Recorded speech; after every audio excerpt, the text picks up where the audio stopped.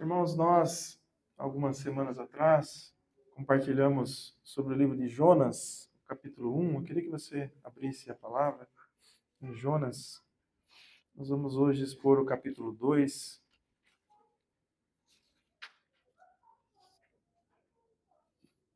Estou fazendo uma breve recapitulação.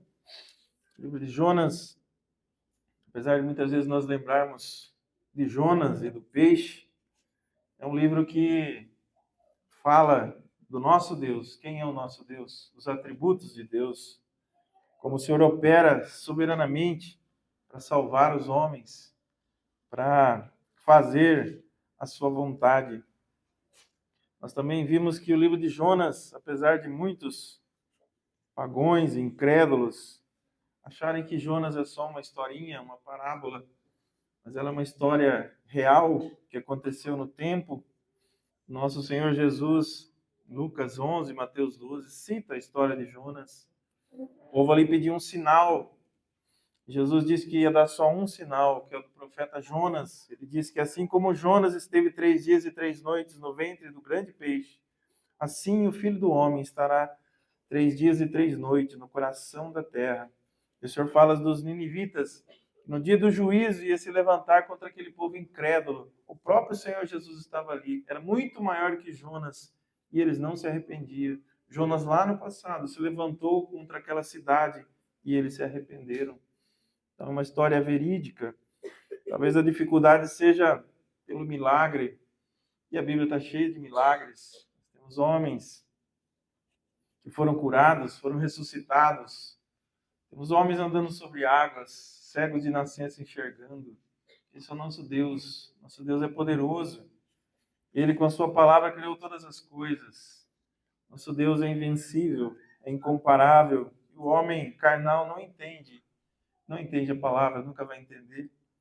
Mas Jonas, ele aparece na história das Escrituras, no livro de 2 Reis, tem lá a sua paternidade, a mesma que aparece aqui no versículo 1, fala do seu pai, e fala que Jonas deu uma profecia ali a Israel, que Israel ia retomar uma certa fronteira que eles tinham perdido, e aquilo acontece, o Senhor abençoa Israel. E Jonas já era conhecido de Israel como um profeta. Ele viveu logo depois de Eliseu, era conterrâneo ali de Amós, nessa mesma época. E Israel vivia numa época de idolatria, de fartura, de riqueza, na época ali de Jeroboão II. E Jonas está ali, ele recebe uma palavra do Senhor aqui no capítulo 1, para ele pregar contra a cidade de Nínive. Nínive era uma das capitais dos assírios, e diz que essa grande cidade, né, a malícia dessa grande cidade chegou até Deus, e Deus iria punir aquela cidade se ela não se arrependesse. E Jonas, chamado para ir até Nínive, foi exatamente o contrário. Ele se dispôs a fugir de Deus. Ele decidiu ir para Tarsis, pegou um navio em Jope e seguiu viagem fugindo de Deus. Jonas talvez achasse que Deus ficasse dentro das fronteiras de Israel. Se ele passasse a fronteira de Israel, Deus já não podia fazer mais nada. Estava enganado Jonas. Deus dos céus e da terra foi atrás dele. Jonas passou muita dificuldade fugindo de Deus. Ele diz que Deus preparou ali um tormento no mar, ventos, e Jonas está ali naquele navio. Os marinheiros ficam desesperados, lançam a carga no mar, não melhora nada, e eles lançam sorte, e a sorte cai sobre Jonas, e vão questionar Jonas. Jonas, e aí? De onde você é? O que você faz? Qual que é o seu trabalho? E Jonas estava dormindo, totalmente apagado lá no fundo do navio, não queria saber de nada, mas descobriram ele. O Senhor controlou ali não sei se era o dadinho ali, mas acharam Jonas. O capitão fala, e aí, rapaz, o que você fez? O que você aprontou? E Jonas fala que ele era hebreu, ele era filho de Deus, é um dos servos de Deus. E Jonas fala, o problema sou eu, pode jogar no mar, se jogar no mar, resolve tudo. Os marinheiros tiveram misericórdia de Jonas, falou, vamos tentar remar mais um pouco. Quanto mais eles remavam, maior ficava a tormenta. E eles falaram, bom, vamos jogar esse Jonas no mar. E eles jogam o Jonas no mar e o mar cessa naquele momento. Diz que eles ficam muito espantados, eles clamam a Deus, eles oferecem sacrifícios a Deus, aí no final do capítulo 1, versículo 15. Levantaram a Jonas e o lançaram no mar. E cessou o mar da sua fúria. Temeram, pois, esses homens em extremo ao Senhor. Ofereceram sacrifícios ao Senhor e fizeram votos. Deparou o Senhor um grande peixe para que tragasse Jonas. Esteve Jonas 3 dias e 3 noites no ventre do peixe. Agora vamos fazer a leitura do capítulo 2. Então Jonas, no ventre do peixe, orou ao Senhor, seu Deus, e disse: Na minha angústia clamei ao Senhor, e ele me respondeu. Do ventre do abismo gritei, e tu me ouviste a voz. Pois me lançastes no profundo, no coração dos mares, e a corrente das águas me cercou. Todas as tuas ondas, as tuas vagas, passaram por cima de mim. Então eu disse: Lançado estou de diante dos teus olhos. Tornarei porventura a ver o teu santo templo? As águas me cercaram até a alma. O abismo me rodeou, e as algas me enrolaram na minha cabeça. Desci até os fundamentos dos montes, desci até a terra, cujos ferrolhos se correram sobre mim para sempre. Contudo, fizeste subir da sepultura minha vida, ó Senhor meu Deus. Quando dentro de mim desfalecia a minha alma, eu me lembrei do Senhor, e subiu a ti a minha oração no teu santo templo. Os que se entregam à idolatria vã abandonam aquele que lhe é misericordioso. Mas com a voz do agradecimento eu te oferecerei sacrifício, e o que votei pagarei. Ao Senhor pertence a salvação. Falou, pois, o Senhor ao peixe, e este vomitou a Jonas na terra. Então, temos aqui o texto. Jonas, depois de ter passado no primeiro capítulo toda aquela dificuldade, termina o capítulo 1 com ele sendo lançado ao mar e o Senhor preparando ali um grande peixe. Alguns expositores vão separar aqui o livro de Jonas, são 4 capítulos, como se cada capítulo Jonas estivesse numa posição. No primeiro capítulo ele está de pé, de costa para Deus, Deus querendo fazer alguma coisa e ele se negando. No capítulo 2 ele está de joelho, orando, clamando a Deus. No capítulo 3 ele está de pé, pregando o evangelho a Nínive. No capítulo 4 ele senta num banco e o Senhor vai continuar o discipulado com Jonas. Então aqui temos Jonas orando ao Senhor. 3 dias e 3 noites no ventre de um peixe. Depois, obviamente, Jonas escreveu esse livro depois que tudo aconteceu, mas o que ele está em mente aqui, ele está lembrando esse momento em que ele é lançado no mar e ele registra ali os acontecimentos nesse capítulo 2, a sua queda no mar, o que ele sente naquele momento no mar, prestes a se afogar, o momento que ele é engolido pelo peixe, a oração que ele faz ali, e até o momento que ele é vomitado na praia. Então, esse é o resumo do capítulo 2. E Jonas faz uma oração aí no verso 2, ela vai até o verso 9, e acho que eu comentei com os irmãos na primeira parte, que essa oração de Jonas, ela está no formato de uma poesia, de um salmo. Ela está no formato de um salmo. Se você pegar aqui os 150 salmos das Escrituras, alguns deles têm um formato característico, chamado de salmo de livramento. É um salmo que normalmente tem uns pedacinhos assim certinhos. No primeiro ele faz um pedido de socorro ao Senhor, depois ele fala da angústia, do problema que ele está passando, depois fala como que Deus livrou ele dessa situação e termina agradecendo a Deus. Então, um salmo de livramento sempre tem esses pedaços. E essa oração de Jonas tem exatamente essa sequência. Por exemplo, Salmo 18, Salmo 21, Salmo 34, 166, todos são salmos de livramento. E aqui Jonas faz uma oração nesse formato, né? Usando essa linguagem que os salmistas usavam. Então, antes da gente olhar para a própria oração de Jonas, aqui acho que a gente tem uma aplicação interessante do que Jonas deixou registrado aqui, né? A linguagem que Jonas usou. Jonas frequentava os cultos lá em Israel.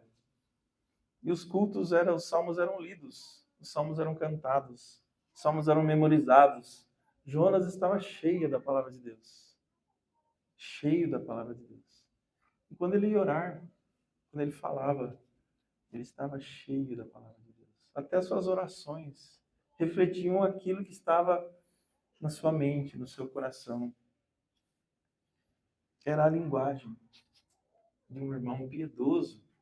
Todo judeu piedoso estava cheio dos salmos. Eles liam, eles meditavam.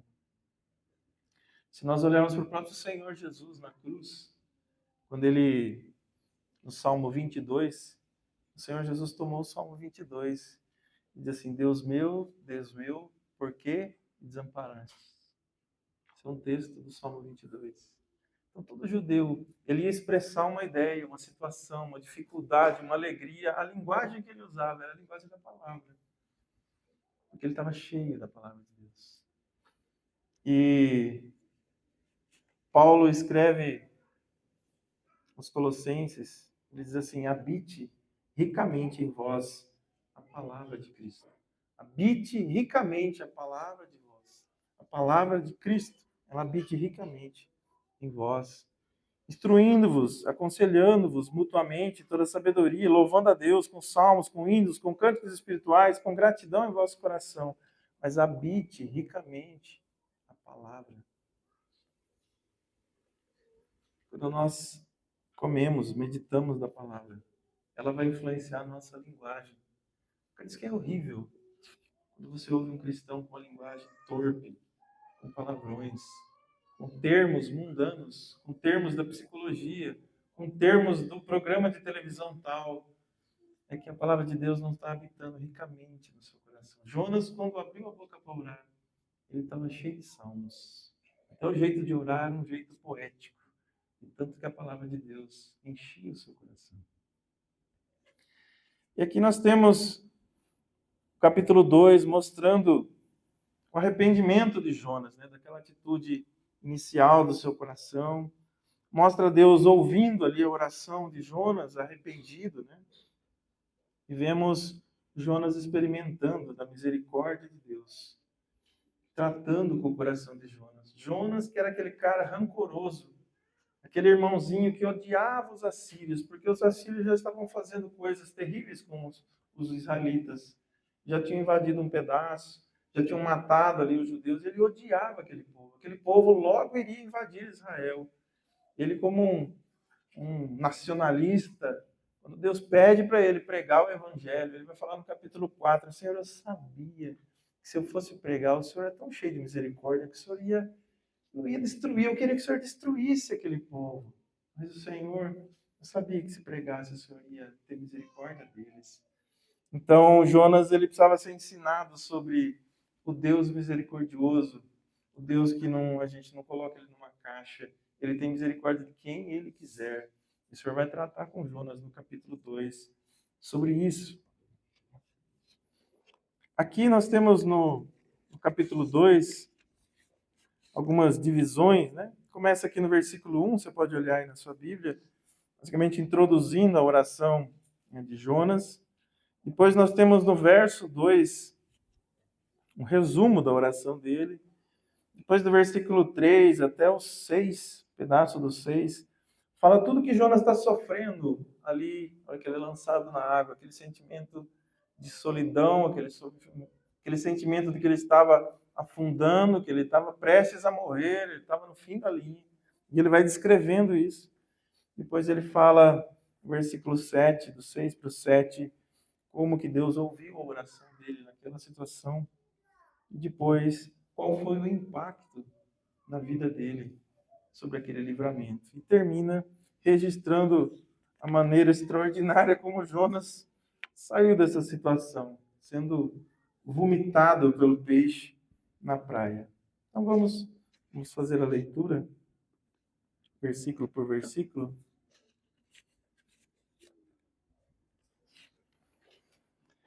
Versículo 1. Então Jonas, do ventre do peixe, orou ao Senhor, seu Deus. Jonas, do ventre do peixe, orou ao Senhor, seu Deus. Interessante que Jonas, se você ler essa oração dele, alguns irmãos vão falar que é uma oração muito mais com uma doxologia, um agradecimento a Deus, do que alguém que está pedindo alguma coisa. Ele está orando agradecido ao Senhor, porque na verdade aquele peixe não foi um castigo, aquele peixe foi a mão de Deus tendo misericórdia, ele ia morrer afogado. Aquelas águas estavam revoltas, ele estava no mar, sozinho, qual que era a chance dele sobreviver? Ele ia cair ali, morrer afogado e acabou. Aquele peixe foi o grande livramento do Senhor. Né? Ele entendeu que a misericórdia do Senhor tinha tocado a vida dele. É uma oração de ações de graça. Ele termina aqui a oração dele no verso 9, agradecendo ao Senhor, oferecendo sacrifícios, né? Falando que ele vai cumprir o voto dele. Ele termina essa oração agradecendo ao Senhor. E essa é uma característica da oração de todo filho de Deus. Ele sempre pede com ações de graça. Os irmãos vão lembrar de Filipenses 4:6. Paulo vai falar assim: não andeis ansiosos com coisa alguma, em tudo, porém, sejam conhecidas diante de Deus as vossas petições, pelas orações e pelas súplicas, com ações de graça. Deus ouve a nossa súplica. Paulo falou: olha, não fique ansioso, ore ao Senhor. Está difícil, está na água, está sofrendo, ore ao Senhor. Mas lembre sempre de fazer uma oração com ações de graça. Você parou para pensar por que tem essa vírgula escrito com ações de graça? Por que a gente não pode só pedir para Deus? Deus, eu preciso que o Senhor me ajude nessa situação. Senhor, eu preciso ver o livramento do Senhor na vida de um filho.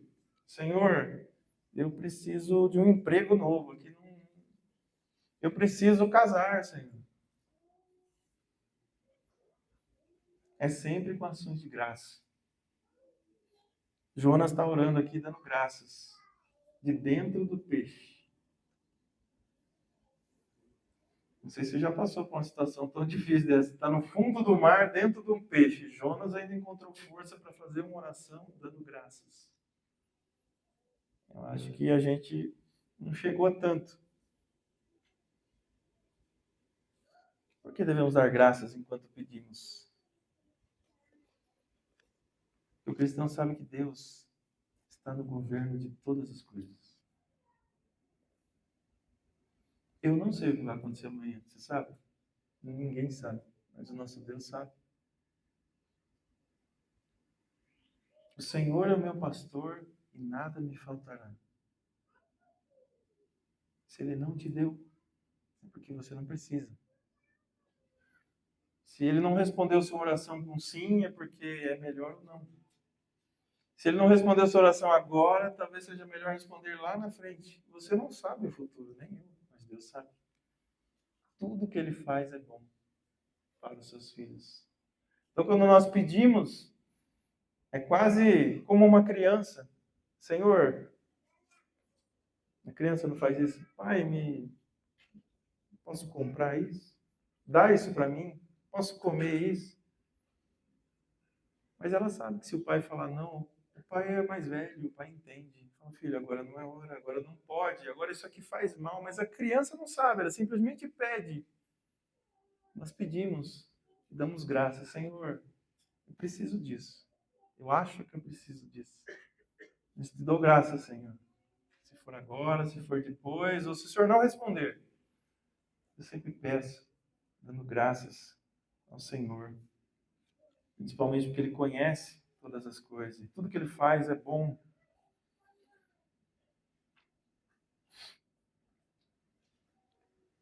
Interessante que aqui Jonas está orando.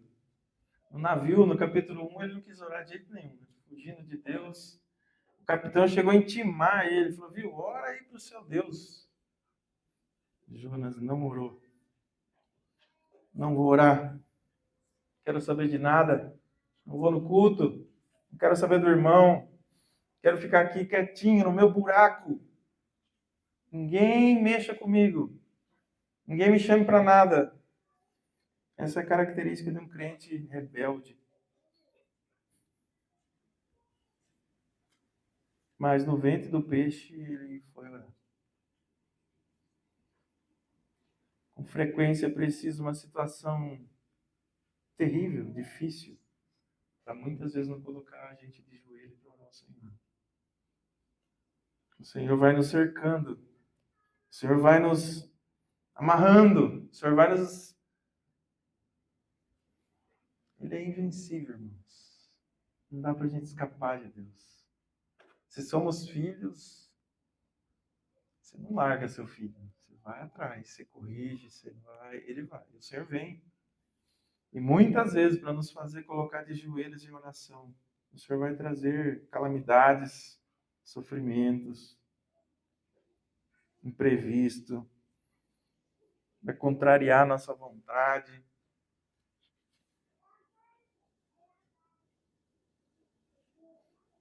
Mas ele vai nos trazer de volta para a comunhão. Eu vi um irmão comentando outro dia, ele diz assim, muitas vezes precisamos ser colocados numa cama para olhar para o céu. Quando estamos de pé, olhamos só para frente. Deitados, muitas vezes enfermos, somos levados a voltar a orar. Muitas vezes o Senhor nos coloca deitado. E aí nós vamos lembrar do Senhor. O Senhor usa os seus meios para fazer isso. Interessante que no verso 1, diz que ele orou ao Senhor, o seu Deus. Aqui Jonas já se lembrou do seu Deus, do Deus da aliança, o Deus que chamou o patriarca Abraão, lembrou do Deus de Israel, do Deus de pacto, ele lembrou do Deus do Salmo 50, invocai-me no dia da angústia, e eu te livrarei, e tu me glorificarás. Aqui Jonas já está de joelhos, já está reconhecendo com clareza quem é o seu Deus. E ele começa a oração no verso 2, diz assim, na minha angústia clamei ao Senhor. Esse é o resumo de toda essa oração, né? E ele me respondeu, do ventre do abismo gritei, e tu ouvistes a voz. Aqui esse versículo é interessante, que ele tem dois pedaços, né? Da minha angústia clamei ao Senhor e ele me ouviu. Do ventre do abismo gritei e tu ouviste a minha voz. Se você prestar atenção, isso aqui no hebraico eles chamam de paralelismo. Você tem duas frases, mas na verdade a segunda é um outro jeito de falar a primeira. Então repete duas vezes com palavras diferentes para enfatizar alguma coisa. Se você ver aqui, ó, na minha angústia é a mesma coisa do ventre do abismo. Clamei ao Senhor, é a mesma coisa que gritei. E ele me respondeu, a mesma coisa que tu ouvistes a voz. Então é isso que ele está querendo dizer. Ele está ali naquela situação de angústia, de sofrimento. Ele clama ao Senhor. O Senhor ouve a sua voz. Algumas traduções, né, não sei se algum irmão tem isso, fala que no ventre do abismo, algumas traduções falam de Seol. Essa palavra no original é Seol. Então, o mais correto seria, do Seol gritei, e tu ouvistes a voz. E aí, alguns irmãos vão especular que Jonas morreu mesmo. Jonas morreu, ficou morto 3 dias e ressuscitou. Por causa dessa palavra aqui, que aponta para o Seol. Mas Se nós olharmos para o que o Senhor Jesus disse, né, que assim como Jonas esteve 3 dias e 3 noites no ventre do peixe, ele morreria, ressuscitaria, né, em 3 dias, não há necessidade de literalmente ele ter morrido, até porque está falando que ele está orando de dentro do peixe, né? Outro ponto que não nos leva a crer que ele morreu de fato, ficou 3 dias morto e foi ressuscitado, é que se nós olharmos para os Salmos, que é o pano de fundo aqui dessa oração, muitas vezes nós vamos ver a expressão dos salmistas, né, Davi, Corá, os filhos de Corá, né, usando essa expressão de quase morrer, de falar que a minha alma está na sepultura. Mas a pessoa não morreu, ela está falando que está se sentindo tão angustiada que é como se ela estivesse já morta. Né? Ou estou indo, ou já estou deixando a terra dos viventes. O sofrimento era tão grande que é como se ela já tivesse partido, mas a pessoa não literalmente morreu. Era uma expressão para dar ênfase, para mostrar que aquela situação foi algo muito próximo da morte. A pessoa desistiu de tudo. Ela falou: estou no fim da linha aqui, não dá. Né? Então, não necessariamente a gente precisa entender, e são poucos irmãos que vão nessa linha, de que Jonas morreu mesmo, mas uma certeza nós temos: ele chegou numa situação onde ele se viu morto, sem força nenhuma, né, desamparado ali naquela situação. Depois, verso 3, Jonas começa a descrever o que ele sentiu enquanto ele foi lançado no mar. Se nós vermos aqui pelo texto, do versículo 3 até o 6, parece que é mais provável a interpretação de que Jonas caiu no mar e o peixe não veio engolir a hora que ele caiu no mar, mas ele foi afundando, até pela descrição, que ele vai afundando, vê a profundeza, vê algas, as algas ficam mais no fundo, depois o peixe o apanhou, né? Então aqui ele começa a descrever isso, né?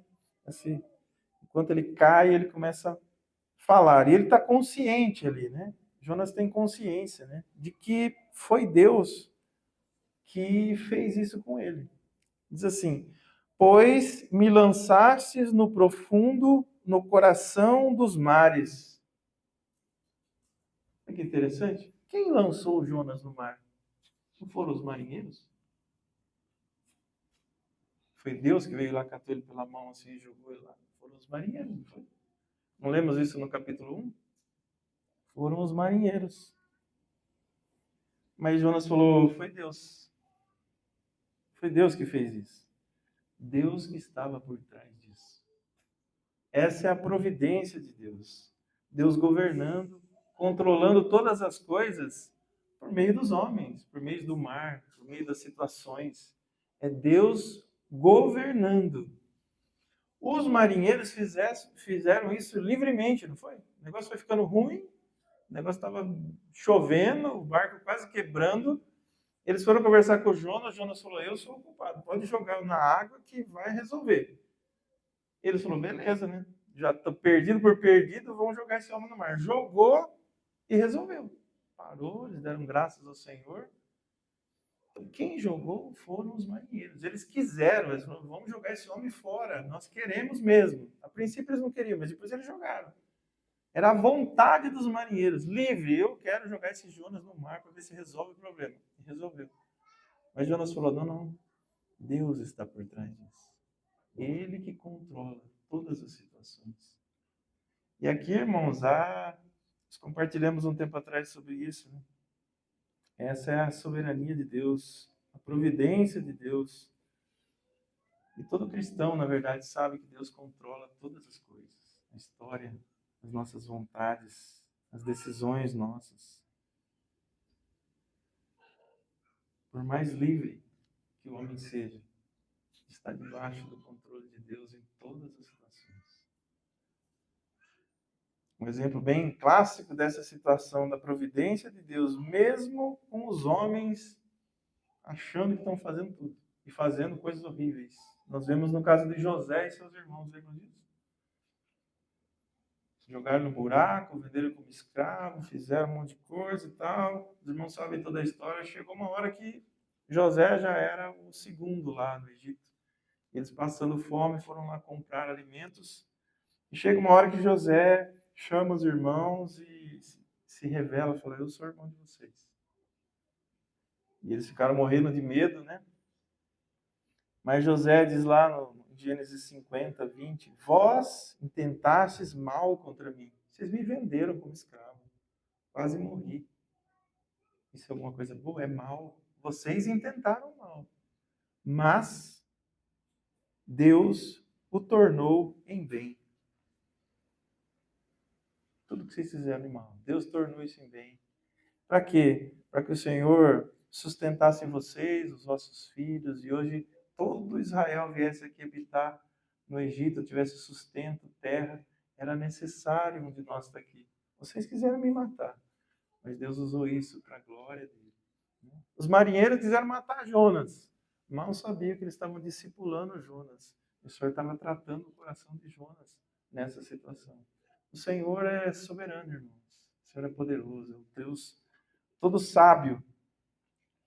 Continuando, no verso 3, fala: tu me lançastes no profundo, no coração dos mares, e a corrente das águas me cercou. Todas as tuas ondas e as tuas vagas passaram por cima de mim. Vagas são ondas muito grandes, totalmente. Normalmente as ondas, a gente conhece, né, elas uma certa cadência, né, um certo ritmo, vai chegando nas praias. As vagas ou vagalhões são ondas doidas, irregulares, que acontecem em alto mar. E Jonas fala que, ó, eram as tuas ondas e as tuas vagas. Jonas sabia que tudo aquilo era de Deus. Deus controlava o mar, controlava as ondas. E Deus estava usando aquilo lá para castigar, disciplinar, de certa forma, o coração de Jonas. Trazer o coração de Jonas de volta para ele. Deus governa todos os meios para fazer a sua vontade. E, novamente, nós vemos que lá no navio, quando chovia muito e estava quase quebrando o barco, Jonas disse assim: olha, para os marinheiros, não se preocupem, não é com vocês, é comigo. Eu estou fugindo de Deus. Eu sei que tudo isso aqui que está acontecendo no mar é Deus vindo atrás de mim. Pode jogar na água. Aqui, ele está falando que, de novo, né? Que aquela situação dele estar no peixe, no profundo do mar, era tratamento do Senhor. Era o Senhor que estava envolvido com aquelas ondas, com aquela água, com aquela situação. Jonas aqui não precisou de nenhuma revelação especial. Não veio um sonho, uma visão. Ele simplesmente olhou aquilo que Deus tinha falado e a sua desobediência. E ele percebeu que aquilo era consequência do seu pecado, era consequência da sua rebelião contra o Senhor. Ele conseguiu ler a situação, né? Porque ele sabia que Deus estava indo atrás dele. Continuando a leitura no verso 4. Então eu disse: lançado estou de diante dos teus olhos, tornarei porventura a ver o teu santo templo. Aqui Jonas está lá afundando, essa sensação dele afundando no mar. Ele tem a sensação de estar lançado, estou diante dos teus olhos, ou separado estou. Jonas percebeu a sensação dele é de ter perdido a comunhão com Deus, estar longe de Deus. Ele perdeu essa comunhão. E veja, irmão, só um parênteses. Aonde foi parar esse Jonas? Por ter se rebelado com Deus. Você tem ideia? Deus mandou ele pregar num lugar. E ele não. E não. Está aqui o Jonas no fundo do mar, no estômago de um peixe. Devia ser um lugar cheiroso, horrível, escuro. Está lá. aqui nas profundezas, desesperado, falando que está praticamente entregue à morte. O Senhor, quando quer laçar a nossa vida para trazer de volta, Ele coloca a gente em situações que a gente não consegue nem imaginar. E aqui percebe, irmãos, ele se vê morrendo, a gente vê aqui que ele se vê no ventre do abismo, tal, mas não parece que Jonas, no texto que a gente leu até agora, ele está desesperado. Nossa, agora eu vou morrer, será que vai acontecer comigo? Será que Deus vai me castigar? Você vê que ele não... O desespero de Jonas é por ter perdido a comunhão com Deus. Senhor, eu estou lançado, eu estou separado dos teus olhos. O Senhor está me castigando, eu estou me sentindo como longe. E o desespero dele era quando que ele poderia haver o santo templo. O Celso compartilhou aqui no começo. Essa era a alegria, e é a alegria de todo cristão. O templo no Velho Testamento era um sinal, uma figura da comunhão com Deus. Deus está em todo lugar, mas no Velho Testamento aquele era o lugar onde Deus se manifestava, se prestava culto, oferecia sacrifícios. É um lugar onde eram entoados louvores ao Senhor. Sacrifícios eram feitos, votos. Era um lugar de comunhão. E Jonas está aqui. Senhor, estou aqui descendo nessa água. Talvez daqui a alguns minutos eu veja o Senhor. Mas é o maior desejo agora, na beira da morte. Era estar lá no seu tanto tempo. Ter essa comunhão bendita.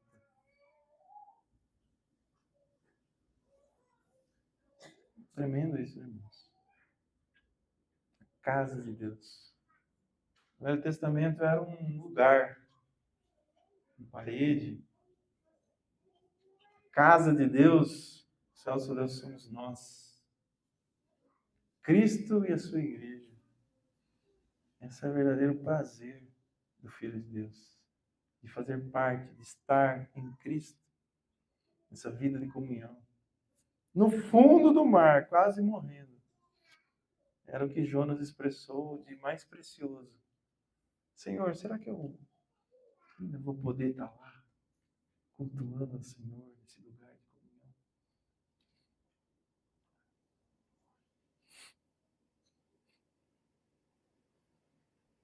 E nós vemos como nos Salmos, né? O Celso leu alguns Salmos aqui, mas nós temos muitos Salmos. De Davi, dos filhos de Corá, falando quanta alegria, quanto prazer eles tinham, quanto deleite eles tinham de estar na casa de Deus. Podemos 2 ou 3 para os irmãos. Eu amo, Senhor, a habitação da tua casa e o lugar onde tua glória assiste. Salmo 26. No 27 diz: uma coisa peço ao Senhor e te buscarei, que eu possa morar na casa do Senhor todos os dias da minha vida para contemplar a beleza do Senhor e meditar no seu templo. O Salmo 84. Quão amáveis são os teus tabernáculos, Senhor dos exércitos. A minha alma suspira e desfalece pelos átrios do Senhor. O meu coração e a minha carne exulta pelo Deus vivo.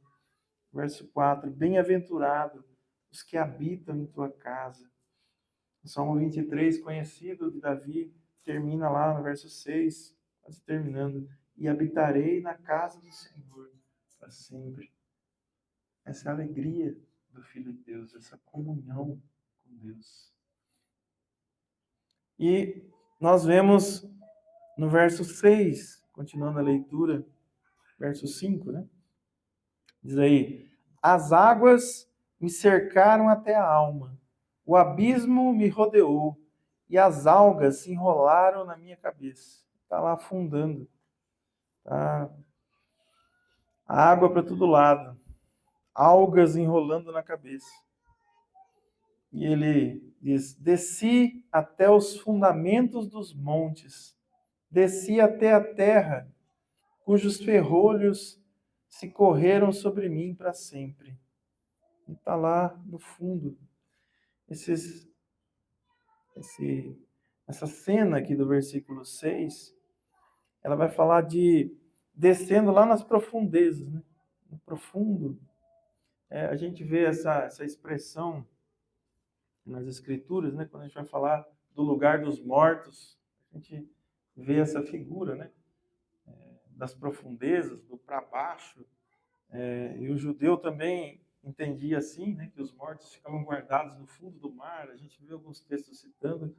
E Jonas está usando dessa figura que ele encontra nas Escrituras e nos Salmos. Ele fala: desci até os fundamentos dos montes, desci até a terra, cujos ferrolhos se cercavam. Ferrolhos é fechadura. Ele está dando uma imagem aqui como se ele tivesse chegado na porta do Sheol e tivessem fechado a tramela. Ele falou: cheguei no fundo, no buraco aqui do Sheol, e os ferrolhos fecharam. Eu já passei e já fechou a porta. Essa era a sensação dele.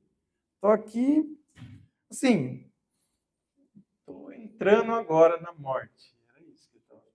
Chegou o meu fim. Fim da linha. Mas tem uma palavrinha graciosa aí na sequência. Contudo, fizeste subir da sepultura minha vida. Ó Senhor, meu Deus. Contudo. Na hora que chegou o fim do Jonas. O Jonas falou: ó, já era, estou aqui na boca da entrada onde ficam os mortos. E já fechou até a tramela. Contudo, fizeste subir da sepultura minha vida, ó Senhor, meu Deus. Aí a graça do Senhor foi lá e falou: bom, Jonas, primeira fase do treinamento, a gente está terminando agora. Você entregou os pontos, acabou mesmo, agora entra a graça. Interessante que a graça de Deus é uma graça que faz tudo. Se ainda houver algum esforço humano, a gente achando que ainda está fazendo alguma coisa, não é assim que Deus trabalha. Deus nos leva até a hora que a gente desiste. A graça de Deus entra. Porque enquanto a gente achar que ainda está fazendo alguma coisa, a gente não vai dar glórias ao Senhor. A gente acha que a gente fez alguma coisa. É igual uma luta de boxe. O cara ganhou por pontos, né? Ganhou por pontos. Dei uns par de murro nele, mas perdi. Mas eu dei um. Peguei um de direita, de esquerda, estava difícil e tal. É nocaute. O Senhor vai levar a gente a nocaute. Se você perdeu, caiu no chão, desmaiado, não tem chance nenhuma, perdeu. Agora a graça de Deus vai lá. Toma. Jonas foi levado a nocaute. Ele diz: acabou. Passou a tramela do céu. Agora a graça de Deus entrou. Como é que foi com o filho pródigo?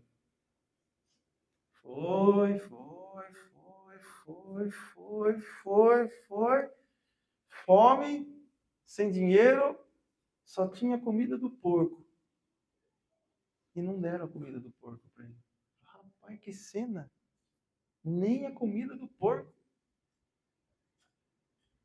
Aí, levantar-me-ei, irei ter com meu pai. Ele direi: pequei contra os céus e diante de ti. Na casa do meu pai, até os jornaleiros têm pão. Que loucura!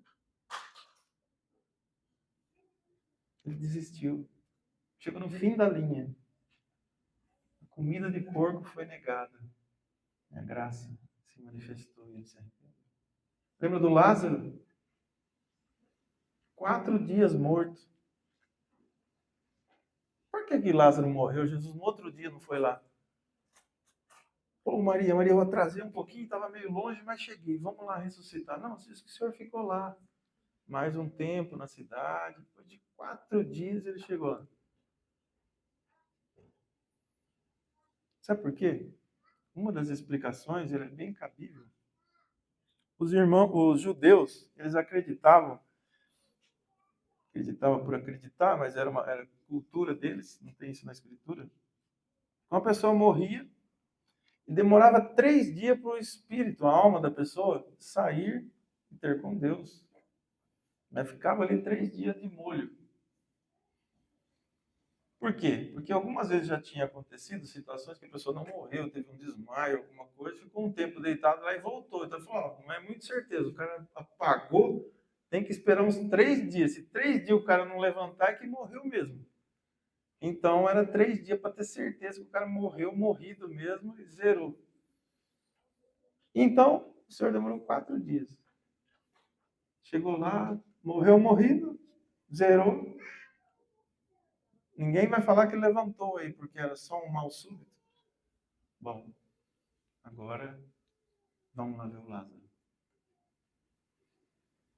Glórias só ao Senhor. Senão iam falar que foi um desmaio, alguma coisa assim. Então o Senhor nos leva até o final. Aqui não há mais nenhuma chance. A graça de Deus é apresentada. Para que ninguém se glorie. Para que ninguém se glorie diante dele.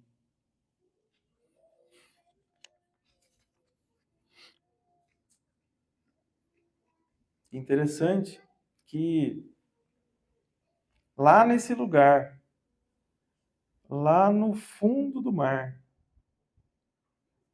fim da linha, ele orou. E o Senhor ouviu essa oração.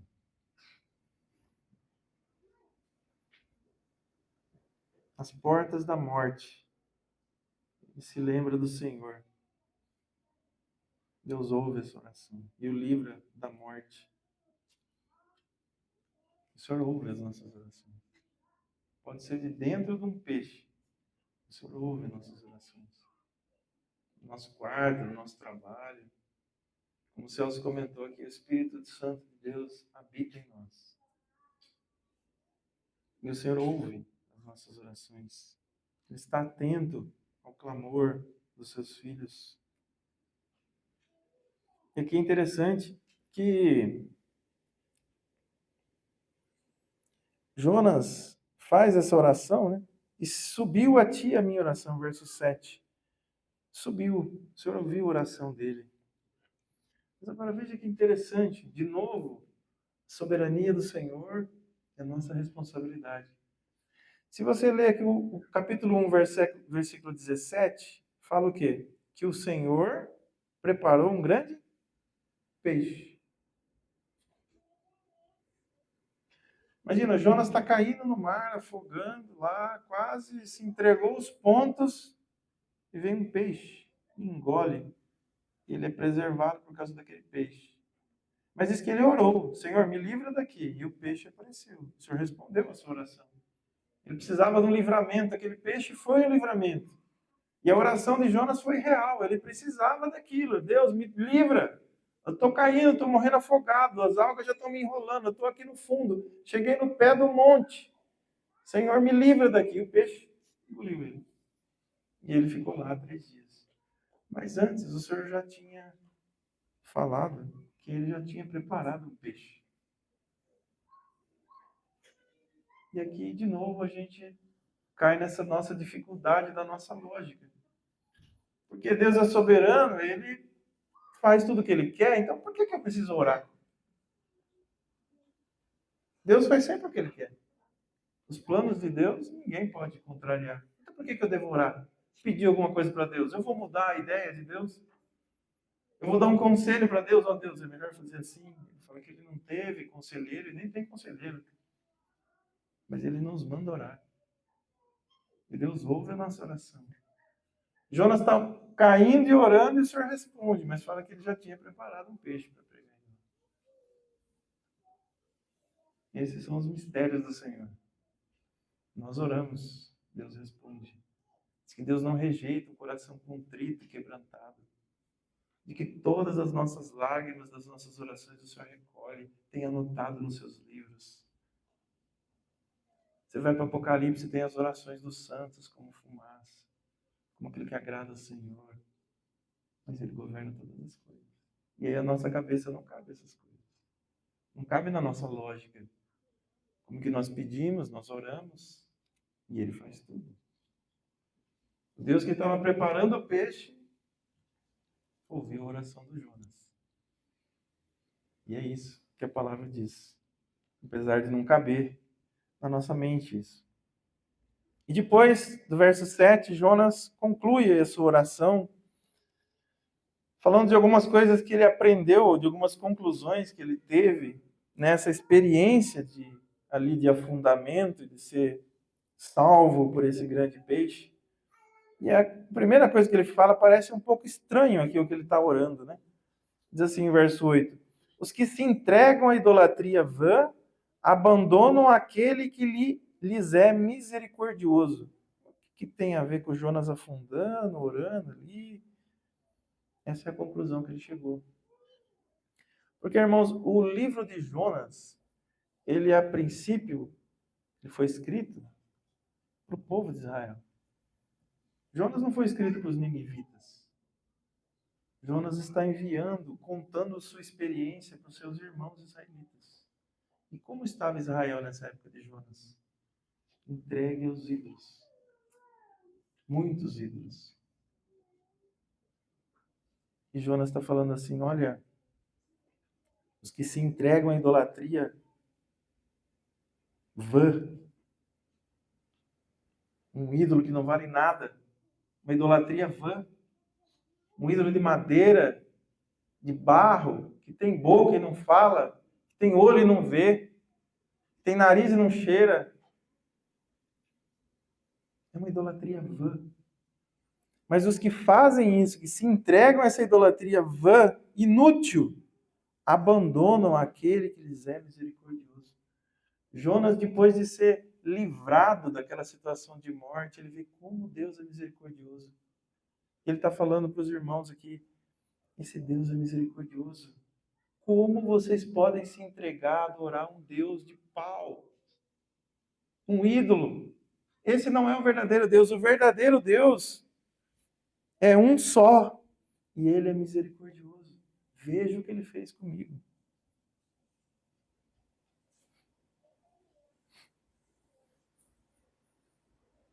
No versículo 9, ele agradece ao Senhor. Mas, com a voz do agradecimento, eu te oferecerei sacrifícios, o que votei, pagarei. Jonas se compromete aqui nessa oração ele faz um voto e ele se compromete a fazer sacrifícios de ações de graça. É como se Jonas, se vivesse na nossa época, chamasse os irmãos, irmãos, o Senhor me deu um grande livramento, uma grande bênção, vamos fazer um culto de ações de graça, vamos louvar o Senhor por essa situação. E ele se comprometeu a fazer sacrifícios, né? Ou seja, tornar público esse testemunho de livramento do Senhor. Contar aos homens, de alguma forma, como Deus tinha sido gracioso com ele, misericordioso com ele. E aqui, podemos até fazer uma aplicação sobre isso, né? Quão importante é contarmos, testemunharmos aquilo que o Senhor tem feito nas nossas vidas. Nós vemos isso em várias situações nas Escrituras. Como é importante encorajarmos os irmãos com aquilo que o Senhor já tem feito em nossas vidas. Mostrarmos para um irmão, para uma irmã, ó, irmão, eu já passei por isso. O Senhor foi fiel. Eu já tive esse problema, irmão. É difícil. Eu já fiquei desempregado todo esse tempo, mas o Senhor não me abandonou. Eu tive uma criança com essa dificuldade, com essa doença, com essa situação. Eu tive uma irmã. E o Senhor não me abandonou. O testemunho de encorajamento na igreja, isso é muito importante. Às vezes, nos esquecemos daquilo que o Senhor faz. O próprio salmista diz assim, bendize, ó minha alma, ao Senhor, e tudo que há em mim, bendiga o teu nome. Bendize, ó minha alma, ao Senhor, e não te esqueça de nenhum dos seus benefícios. Não se esqueça de nenhum dos benefícios de Deus. Ele quem perdoa todas as suas iniquidades, quem sara todas as suas enfermidades, quem da cova redime a tua vida e te coroa de graça e misericordiosa. Não te esqueças de nenhum dos benefícios. Não feche sua boca. Adore ao Senhor. Testemunhe do Senhor para o seu irmão, para o mundo. Nós somos feituras do Senhor. Estamos sendo conformados a Cristo. E termina aqui o verso 9 com uma conclusão um tanto impactante, falando de Jonas. O Senhor, ao Senhor, pertence a salvação. Tu fala, Jonas,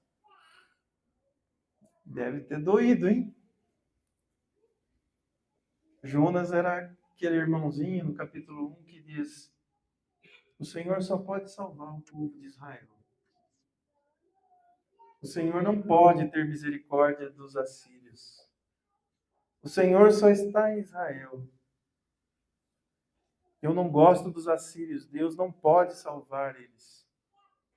Mas ele termina depois dessa experiência falando: ao Senhor pertence a salvação. Deus salva quem Ele quiser, como Ele quiser. Jonas tinha ali um critério muito seletivo de quem Deus podia salvar. Mas aí ele olhou para a vida dele. Rebelde, desobediente, se afogando no mar. O mais justo seria deixar Jonas morrer afogado. Ou crente ruim. Mas Deus teve misericórdia dele. Ele não merecia ser salvo, mas Deus o salvou. E depois dessa experiência, Jonas falou: eu não merecia estar vivo, mas Deus me salvou. Os ninivitas não merecem estar vivos, mas Deus salva quem Ele quiser. O povo de Israel não merece ser salvo, mas Deus salva quem Ele quiser. Quem sou eu para decidir quem pode ser salvo ou não? Ao Senhor pertence a salvação. Porque Jonas tinha sido alvo da misericórdia do Senhor. Imagine, você acha que algum judeu achava que Saulo de Tarso, merecia ser salvo? Matava, perseguia. Se tinha um homem que tinha que morrer com um raio no dia de chuva, era Saulo de Tarso. Que tinha que tropeçar e o cavalo cair em cima dele e ficar aleijado para não ir atrás de ninguém. Era o Saulo de Tarso. Que tinha que ter nascido cego, com uma deficiência, por castigo. Era Saulo, mas ele era bom, saudável, conhecia toda a palavra, perseguia os irmãos de forma cruel. Ele não merecia exceção. Aliás, ninguém merece. Mas a graça do Senhor alcançou Saulo. Ele alcança a todos o que Ele quer. Quem o Senhor quer, da maneira que Ele quer, no país que Ele quer, na época que Ele quer. Senhor, tinha uma época que, nossa, tinha crente para a janela, se convertendo para todo lado. E nossa época parece que é um negócio meio devagar. Parece que ultimamente pouca gente se converte. Ao Senhor pertence a salvação. Ele salva quando quer, como quer, da maneira que quer. A nós foi nos dado o trabalho, a incumbência de ir e pregar o Evangelho a toda criatura. Essa é a nossa comissão. Ir e pregar. Quantos o Senhor vai salvar? Quem Ele vai salvar? Não está na nossa alçada. Não faz parte do nosso departamento. É do Senhor. A salvação pertence ao Senhor. E o verso 10 diz como Jonas voltou para a terra. Desceu lá na praia. Falou, pois, o Senhor ao peixe, e este vomitou Jonas na terra. Interessante, Deus falou ao peixe. O peixe obedeceu. O Senhor é Senhor dos céus, da terra, e toda a criação ouve a voz de Deus. Os ventos.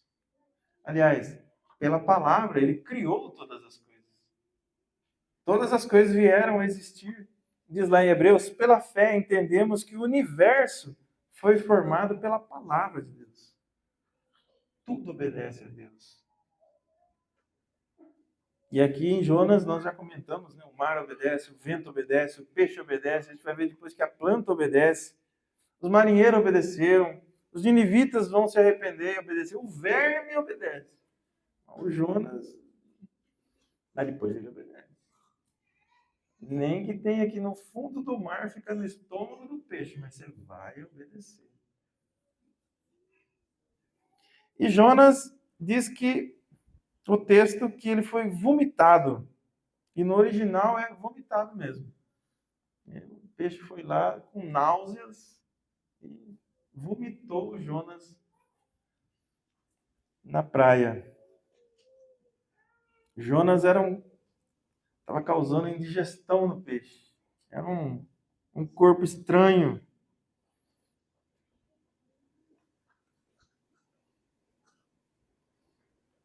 Perceba como foi ali pela praia que Jonas dá os primeiros passos de rebelião contra Deus. Um crente rebelde pelos seus caminhos, fazendo aquilo que está na cabeça, contrário à vontade do Senhor. Ele volta para ali, pelo mesmo lugar, vomitado. Da praia ele saiu para a rebelião, ele volta naquela praia, vomitado. Porque para Deus, aquela atitude de Jonas causava náuseas. Náuseas. Nós vemos no Apocalipse, o Senhor falando que sente náuseas da igreja de Laodiceia, porque eles eram mornos. Eles não eram quentes, fervorosos no Senhor, nem frios, eles eram mornos. E aquilo causava náuseas no Senhor. Jonas era um irmão, era um crente em Israel.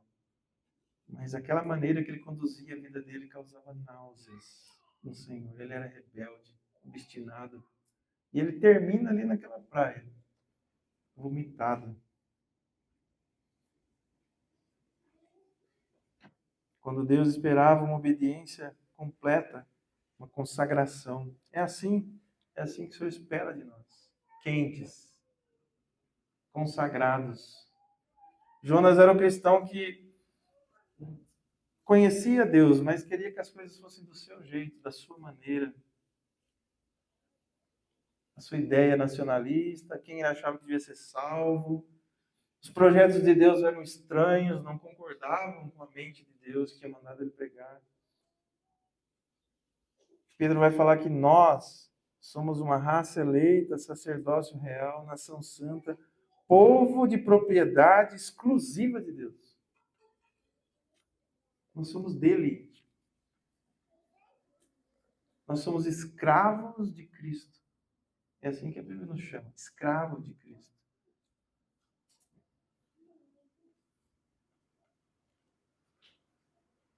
Nossa vontade é submetida à vontade de Deus.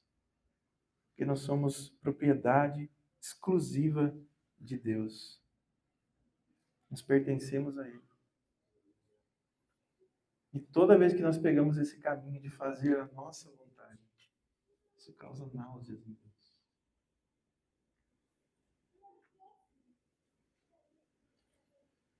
Jonas vomitado na praia pelo peixe. E aqui nós vemos outro aspecto da graça de Deus, que não anula a nossa responsabilidade. Está lá vomitado na praia. Provavelmente ele está perto de Jope, que toda essa situação aconteceu pouco tempo depois de ele embarcar. Ele está a 800 quilômetros de Nínive, tudo cheio de vomito na praia. É assim que o Senhor entregou ele ali. E ele decide obedecer ao Senhor. Depois de um bom banho, Jonas ainda, se ele caminhasse 8 horas por dia sem parar, depois descansasse, ele demoraria 20 dias para chegar em Nínive. 20 dias andando. Isso se for um negócio reto, tranquilinho, se tiver areia, não sei o que é mais. Para obedecer o que o Senhor falou, que ele tinha que obedecer. E ele teve que andar, ele teve que caminhar todos esses dias no sol, teve que ir e chegar lá para poder obedecer ao Senhor. Com certeza, esse tratamento do pastor das nossas almas, ele formou, ajustou o caráter de Jonas. Jonas que agora estava indo para Nínive pregar, era diferente daquele Jonas que pela primeira vez ouviu o Senhor. Ele ainda vai precisar de alguns ajustes, porque nós somos terríveis. Mesmo depois de enfrentar um peixe no mar e ser livrado, a gente ainda sobra rebeldia no nosso coração. Veja como eu e você somos. O Jonas é igualzinho a gente. Mas aqui o Senhor já tinha lapidado um pouco o coração dele. Ele vai pregar em Nínive. E aqui nós temos algumas aplicações, né, para a gente finalizar esse texto. A primeira, já comentamos, né? A salvação é do Senhor, tem misericórdia de quem Ele quer, Ele vem no socorro daqueles que são eleitos na eternidade, nos chama. Nós temos uma segunda aplicação, que o nosso grito de angústia sempre encontra ouvidos abertos do nosso Deus. O Senhor sempre está pronto. O Senhor ouviu os marinheiros angustiados, ouviu a oração dos marinheiros. O Senhor vai ouvir no capítulo 3 o arrependimento e as orações dos ninivitas. E o Senhor ouviu Jonas aí se afundando, clamando ao Senhor. O Senhor ouviu a sua oração. O Senhor não despreza a nossa oração, porque nós temos um mediador que intercede por nós. Nosso Senhor Jesus. Jeremias vai falar assim: porque eu bem sei os pensamentos que tenho a vosso respeito, diz o Senhor. Pensamento de paz, não de mal, para vos dar um fim que esperais. Então me invocareis, e ireis, e orareis a mim, e eu vos ouvirei. Buscar-me-eis e me achareis, quando me buscardes de todo o coração. O Senhor ouve as nossas orações. E nós vemos aqui também nesse texto que Deus nos salva mediante a morte e a ressurreição de Cristo. Nós vemos que o Senhor Jesus, quando cita essa situação de Jonas, ele vai falar da sua morte e da sua ressurreição. Os ninivitas são uma figura do mundo, de todos nós.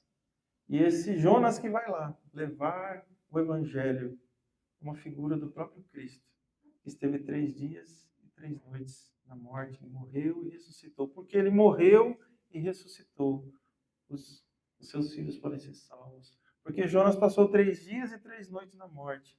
Os ninivitas puderam ouvir a pregação do evangelho.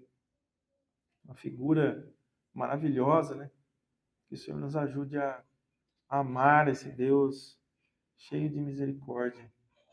E eu queria terminar contando um trecho de uma história de uma irmã. Alguns irmãos até já leram a história, a irmã Corintin Boom. Não sei se todos conhecem a história dessa irmã. Essa irmã, ela é uma holandesa, e ela viveu durante a Segunda Guerra Mundial. E a família dela, né, o seu pai, tinha uma loja de relógios. E começou a Segunda Guerra e os nazistas ali estavam perseguindo e matando os judeus. E ela, naquela loja, a família dela, do pai dela, escondia os judeus lá no quarto, para que eles pudessem ficar ali, não serem mortos. Né? E fez isso por muito tempo, né? Tinha um quarto escondido lá, quando chegava a guarda, alguma coisa, eles colocavam os judeus lá, ficavam. Chegou a ter muitos judeus lá, escondidos.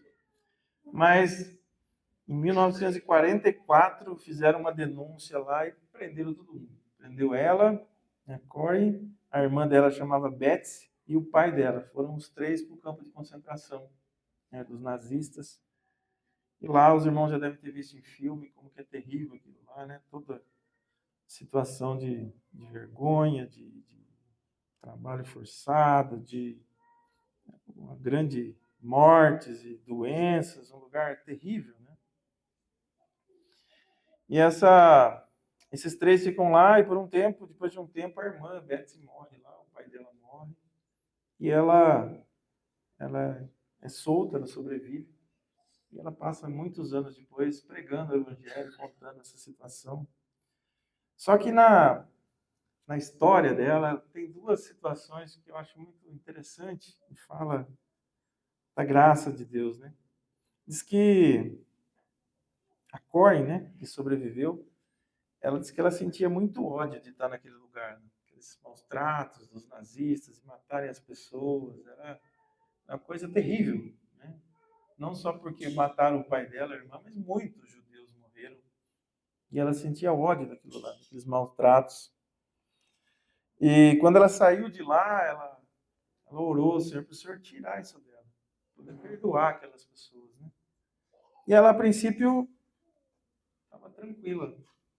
Até que um dia ela estava pregando na Alemanha, entrou um homem lá, um dos guardas, que maltratou a irmã, e ela conhecia, porque ficava no campo de concentração dela. E esse homem entrou lá, disse para ela que ele tinha se convertido, que o Senhor tinha perdoado ele, mas ele queria vir pedir perdão para ela. E ela disse que na hora não sentiu muita alegria no momento, mas ela orou ao Senhor e perdoou aquele soldado que tinha se arrependido. E diz que ela experimentou um pouco, ela conta na biografia, a graça de Deus. Se Deus me perdoou, e meu pecado é infinitamente maior do que esse homem fez para mim, como eu não posso perdoar? A gente não tem ideia do que é isso, né, irmãos? A gente nunca passou num campo de concentração, a gente não sabe o que é ver o nosso pai, a nossa irmã sendo abusado, sofrendo. E aquele mesmo homenzinho aparecer numa reunião.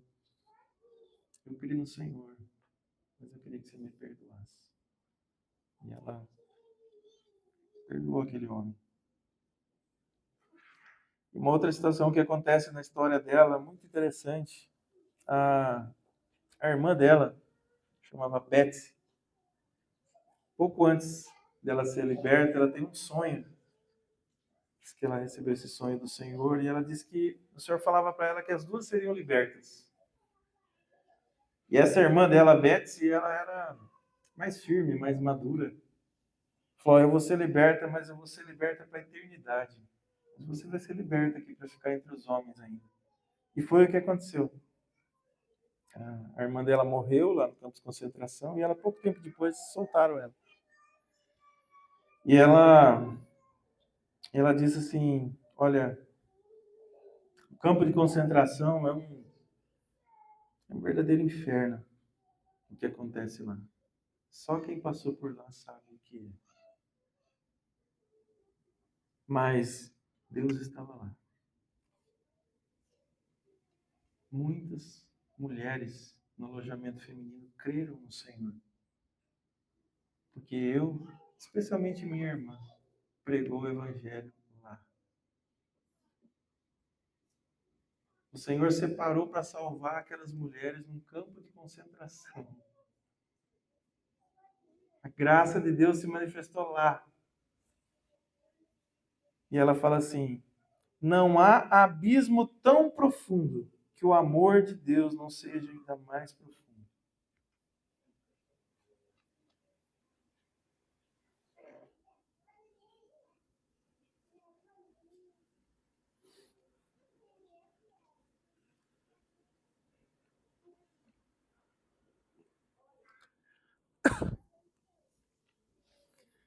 Ela conta que, enquanto ela pregava para aquelas mulheres, que se converteram algumas,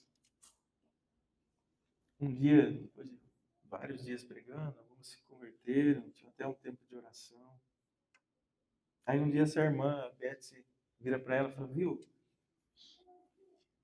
vamos agradecer pelas pulgas. Pulgas? O campo de concentração ali, o colchão, os lugares que eles ficam, era um dos mais sujos de todo o campo de concentração. Tinha muita pulga, imagina pulga picando e tal. E a irmã mais velha, a Betsy, fala: viu, vamos agora orar ao Senhor agradecendo pelas pulgas. E ela fica um tanto: como está picando a gente, lugar terrível. Ela vira para a irmã e fala: Corey, sabe por que os guardas não nos visitam e nós podemos pregar o evangelho livremente aqui no nosso quarto? Por causa das pulgas. Se não tivesse pulgas, os guardas toda hora estariam aqui nos visitando e nós não conseguiríamos pregar o Evangelho. Mas por causa das pulgas, nós podemos pregar o Evangelho e o Senhor salvou muitas mulheres aqui. Vamos dar graças pelas pulgas. Não há abismo tão profundo que o amor de Deus não seja ainda mais profundo. Amém.